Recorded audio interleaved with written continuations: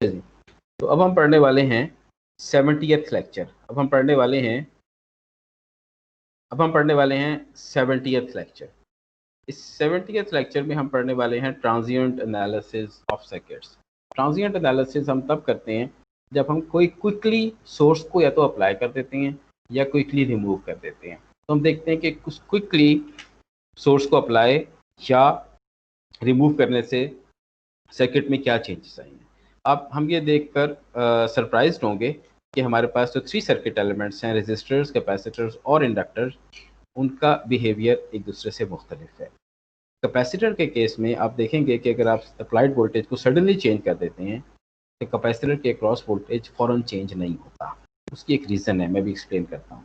ये एक parallel plate capacitor है, उसके दरमियान में ये एक डाइलेक्ट्रिक है और आपको पता है कि आई होता है करंट, किसी भी एलिमेंट के थ्रू करंट जो होता है वो rate of change of charges होता है, क्यू चार्जेस होते हैं। ये हमने पहली दफ़ा Q/T क्लास 9 में पढ़ा था, क्लास 9 क्लास 10 स्कूल में पढ़ा था कि करंट होता है rate of flow of charges. Science की फिजिक्स की बुक में पढ़ा था, 9th क्लास की फिजिक्स की बुक में पढ़ा था कि rate of change of charges current होता है।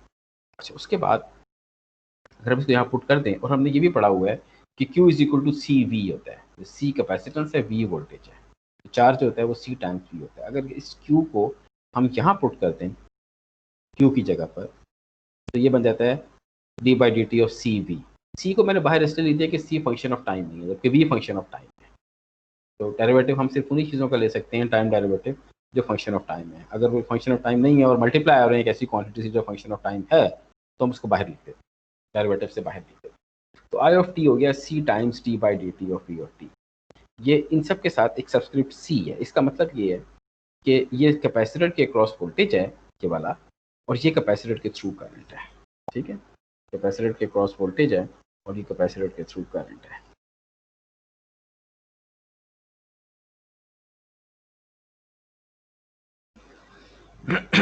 तो अगर हम इसी इक्वेशन को चाहें तो डी टी को इधर मल्टीप्लाई करते हैं, डी टी को इधर मल्टीप्लाई करते हैं और फिर हम इंटीग्रेट करते हैं। तो हम डी टी को इधर मल्टीप्लाई करें और इंटीग्रेट कर दें माइनस इन्फिनिटी से टी तक, तो ये इंटीग्रल इस डेरिवेटिव से कैंसिल हो जाता है।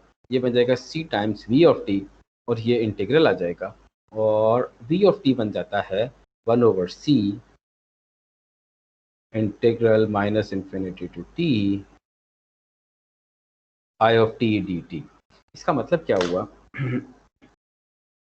इसका मतलब ये है कि अगर हमारे पास किसी वोल्टेज के थ्रू करंट गिवन हो और हम उसके क्रॉस वोल्टेज फाइंड करना चाहते हो, तो हम ये इंटीग्रल बेस्ड फॉर्मूला यूज़ करेंगे।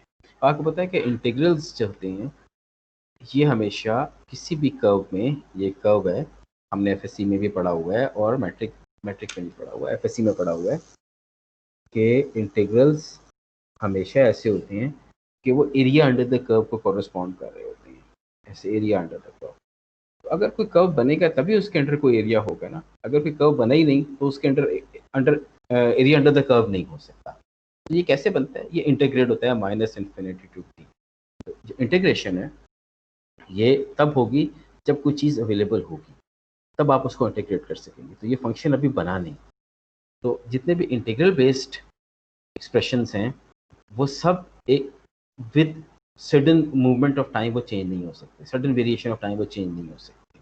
तो इस केस में जो वोल्टेज अक्रॉस कैपेसिटर है इसका एक्सप्रेशन इंटीग्रल बेस्ड है। इंटीग्रल बेस्ड होने का मतलब ये है कि सडन वेरिएशन इन टाइम के साथ ये सडनली चेंज नहीं हो, सडन वेरिएशंस के साथ ये चेंज नहीं हो सकता।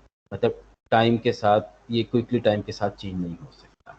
तो जबकि जो डेरिवेटिव के वाले फार्मूलाज हैं वो सब सडन वेरिएशन ऑफ टाइम के साथ चेंज हो सकते हैं। तो current through capacitor suddenly change हो सकता है, लेकिन voltage across capacitor suddenly change नहीं हो सकता। तो अगर हम इस इंटीग्रल को ब्रेकअप करें तो हम इसको माइनस इन्फिनिटी से टी नॉट और फिर टी नॉट से टी भी बना सकते हैं। मोस्टली हम ये करते हैं कि इसको माइनस इन्फिनिटी से ज़ीरो और इसको ज़ीरो से टी बना लेते हैं। जब इसको माइनस इन्फिनिटी से ज़ीरो बनाते हैं इसका मतलब होता है कि कैपेसिटर प्रीवियसली चार्ज है। हमने एक लेक्चर पढ़ा था जिसमें हमने देखा था कि कैपेसिटर प्रीवियसली चार्ज है। जिस वोल्टेज पर प्रीवियसली चार्ज होता है वो वोल्टेज हम यहाँ लिख देते हैं। वो एक कांस्टेंट वोल्टेज होता है क्योंकि उस पर वो प्रीवियसली चार्ज हुआ होता है। और फिर टाइम बेस्ड फार्मूला हम यहाँ लिख लेते हैं। और अगर वो इनिशियली चार्ज नहीं है, अगर प्रीवियसली चार्ज नहीं है, तो ये वाली टर्म ज़ीरो हो जाती है। ये आगे चल के हम देखेंगे और हमने अपने लेक्चर्स में देखा भी है कुछ। अच्छा, तो पावर ऐसे होगी v of t times i of t. ऐसे करके आई ऑफ टी अगर C d v t by C d by d t of t लिख दें, क्योंकि आई ऑफ टी होता है, आई ऑफ टी होता है ये C d by d t of t C of t. तो अगर इसको ऐसे करके लिखते हैं, और आपको ये पता है कि जो एनर्जी होती है वो हमेशा पावर का इंटीग्रल होती है। पावर को इंटीग्रेट करते हैं तो वो एनर्जी बन जाती है। अगर हम इसको इंटीग्रेट करें तो ये इसको सॉल्व करें यूजिंग बेसिक मैथमेटिकल टेक्निक्स, जो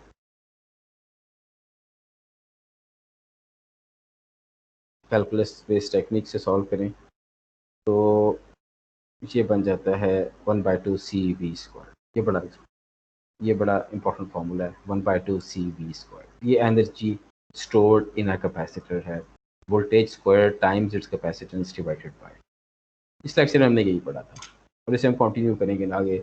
71 72 में हमने कंटिन्यू किया था। जी जनाब, कुछ और क्वेश्चन? हमारे स्टूडेंट्स क्वेश्चन पूछें।